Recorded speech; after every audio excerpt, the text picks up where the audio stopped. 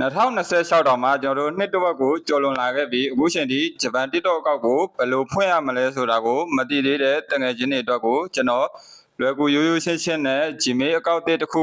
ရှိုံနဲ့ဖွင့်လို့ရတဲ့နည်းစနစ်လေးကိုပြောပြပေးသွားပါမယ်။ဒါဆိုရင်တော့အချိန်လေးမဆွဲဘဲနဲ့ကျွန်တော်တို့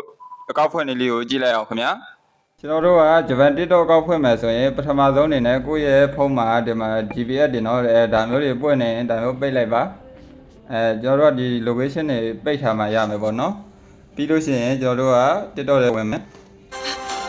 TikTok ထဲဝင်ပြီးတော့ကိုလက်ရှိအသုံးပြုနေတဲ့အကောင့်ကိုပေါ့နော်ကိုလက်ရှိအသုံးပြုနေတဲ့အကောင့်ကိုဂျပန်ကောက်မဟုတ်ဘူးဆိုရင်ထွက်လိုက်ပါကျွန်တော်တို့ထွက်မယ်ဆိုရင်ကျွန်တော်တို့ဒီအပေါ်မှာမြားလေး၃ချောင်းရှိရနော်အဲ့ဒီမြင်းချောင်းလေး၃ချောင်းကိုနှိပ်လိုက်ပါပြီးရင်အောက်ဆုံးမှာ setting and privacy ဆိုတဲ့ဟာလေးကိုနှိပ်လိုက်ပါဒါဆိုရင်အောက်နားလေးမှာ log out ထွက်လိုက်ပေါ့နော်ကိုယ့်ရဲ့အကောင့်ထဲထွက်လိုက်မှဖြစ်တဲ့အတွက် log out ဆိုတာလေးကိုနှိပ်လိုက်ပါပြီးရင်ဒီမှာအနီရောင်စာတန်းလေးနဲ့ log out ဆိုတာလေးကိုနှိပ်လိုက်ပါ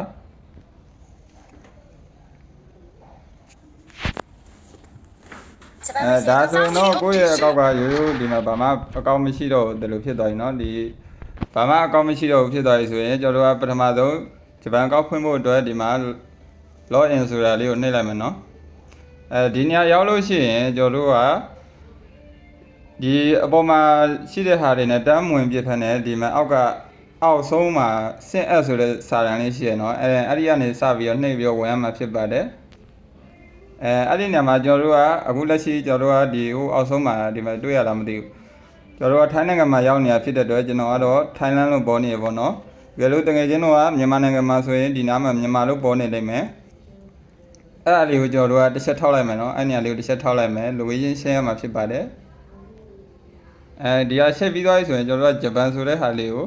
လိုက်ရှာမှာပေါ့နော်ဒီမှာရှာလဲရတယ်ကျွန်တော်တို့ကမြန်အောင်လို့အပေါ်ဆက်ဘာမှာဂျပန်ဆိုပြီးတော့ရိုက်ရှာလိုက်မယ်နော်ဒါဆိုရင်ကျွန်တော်တို့ကဒီမှာဂျပန်ဆိုတာလေးကိုတစ်ချက်နှိပ်လိုက်မယ်အဲဆိုရင်ကျွန်တော်တို့ဒီအောက်မှာကျွန်တော်တို့က location ကအကောင့် location ကဂျပန်လို့ပေါ်နေလိမ့်မယ်နော်အဲ့ဒါမှကျွန်တော်တို့က Gmail နဲ့ချိန်မှာဖြစ်တဲ့အတွက်ဒီ Gmail အကောင့်ကိုဆိုတာလေးဒီမှာ Gmail ဆိုတာလေးကိုနှိပ်လိုက်မယ်နော်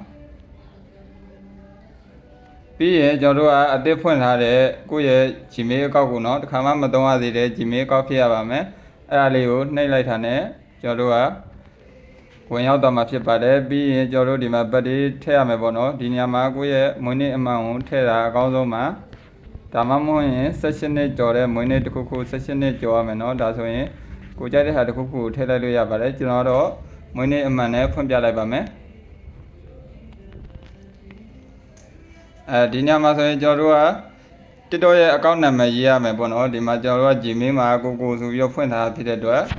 သူကကိုလို့ auto တခါလဲပေါ်နေတာပေါ့နော်တကယ်ချင်းတော့ကိုကြိုက်တဲ့နာမည်ကိုပြောင်းလို့ရပါတယ်နော်ကိုကမြန်မာလိုထားခြင်းလဲမြန်မာလိုရရတယ်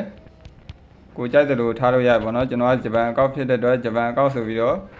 နမူနာလေးနဲ့ရိုက်ပြလိုက်မယ်နော်ကျွန်တော်ကတော့ဒါမျိုးလေးထားပြလိုက်မယ်ပြီးလို့ရှိရင်ဒီအောက်ကအမဲရောင်နဲ့ကွက်လက်လေးနဲ့ connect new ဆိုတာလေးကိုနှိပ်လိုက်ပါဒါဆိုရင်တော့ကျွန်တော်တို့ကအကောင့်ပွင့်သွားပါပြီဒီမှာဆိုကျွန်တော်တို့ဂျပန်အကောင့်ဒါဆိုရင်ဂျပန်အကောင့်ဖြစ်မဖြစ်ဆိုတာကိုကျွန်တော်တို့ setting ထဲမှာသွားကြည့်မယ်เนาะအဲ့ဒါဆိုရင်ကျွန်တော်တို့ကဒီမြားလေး၃ချောင်းတစ်ချက်နှိပ်လိုက်မယ်ပြီးရင်ကျွန်တော်တို့ကဒီမှာ setting and privacy ဆိုတာလေးကိုနှိပ်လိုက်မယ်ပြီးရင်ကျွန်တော်တို့ကအပေါ်နားလေးနည်းနည်းဆွဲပြီးတော့ဒီမှာအကောင့်ဆိုတဲ့ဟာလေးတွေကိုဝင်လိုက်မယ်เนาะဒါပြီးသွားလို့ရှိရင်ကျွန်တော်တို့ကဟိုအောက်မှာအပေါ်ဆုံးမှာအကောင့် information ဆိုတာလေးတွေကိုတစ်ချက်နှိပ်ဝင်လိုက်မယ်ခင်ဗျဒါဆိုရင်တော့ကျွန်တော်တို့ကဒီမှာအောက်ဆုံးလေးမှာဂျပန်ဆိုပြီးတော့အကောင့် region ဂျပန်ဆိုပြီးတော့ဂျပန်အကောင့်လေးကိုလွယ်လွယ်ကူကူနဲ့ရရှိသွားပြီဖြစ်ပါတယ်ဒီမှာအဲ့ဒါပြီးရင်ကျွန်တော်တို့ကဒီမှာဆိုရင်ကျွန်တော်တို့ပုံနေပါတယ်ထက်အကောင့် over တွေပါတခါလဲဆော့လို့ရပြီပေါ့နော်ဒါဆိုရင်တော့လွယ်ကူရိုးရှင်းတဲ့ဂျပန်အကောင့်လေးကိုပိုင်ဆိုင်သွားပြီဖြစ်ပါတယ်